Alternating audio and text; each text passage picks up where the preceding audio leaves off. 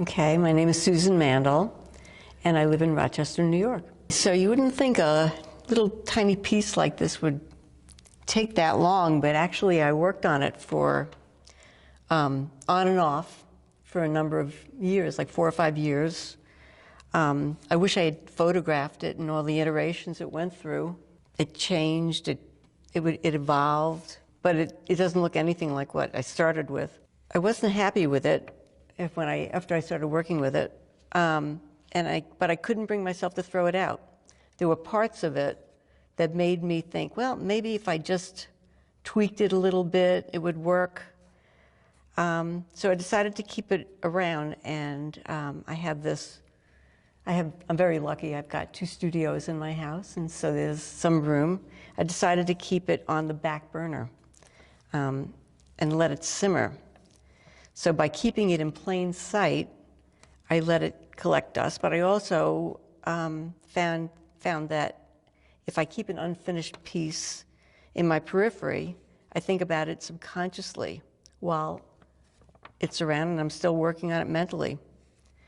So I worked on it in fits and starts over a few years, but it didn't gel until I gave it one more shot, actually, for the show. The show provided a deadline for me. Sometimes it's really nice to have a deadline.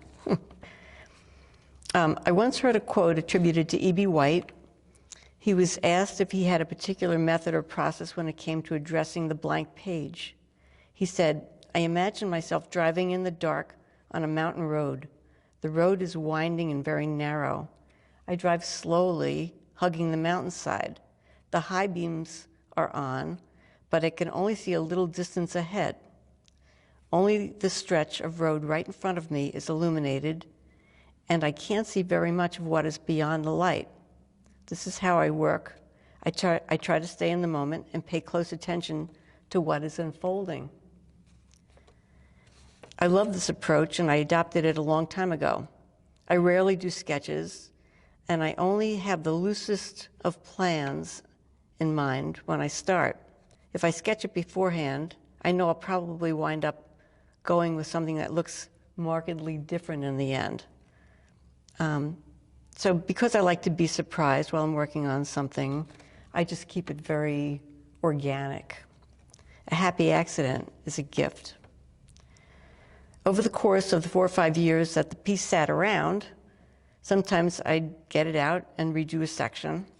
I decided to make a base and found some mylar, which reflected the underbelly of the animal. I was trying to expand the space it occupies by creating another view of it. A couple of things that I do that helps me get unstuck, which happens a lot. There's a book called Big Magic by Elizabeth Gilbert. You may know her from Eat, Pray, Love, which was her big success. I've read many books on process and creativity, but this one is so well written, it just made a lot of sense to me. Gilbert's story describes how she keeps her mind open to receive inspiration.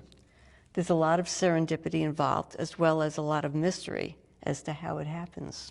Another thing I find helpful is to take photos while I'm working on something. The photo will sometimes reveal something that is not apparent to the naked eye. It provides clues as to what might be changed, or maybe the next direction, another way to get unstuck. I'm very honored to have been invited for inclusion in this show, and I thank the curators and the museum staff who worked so hard to bring this all together.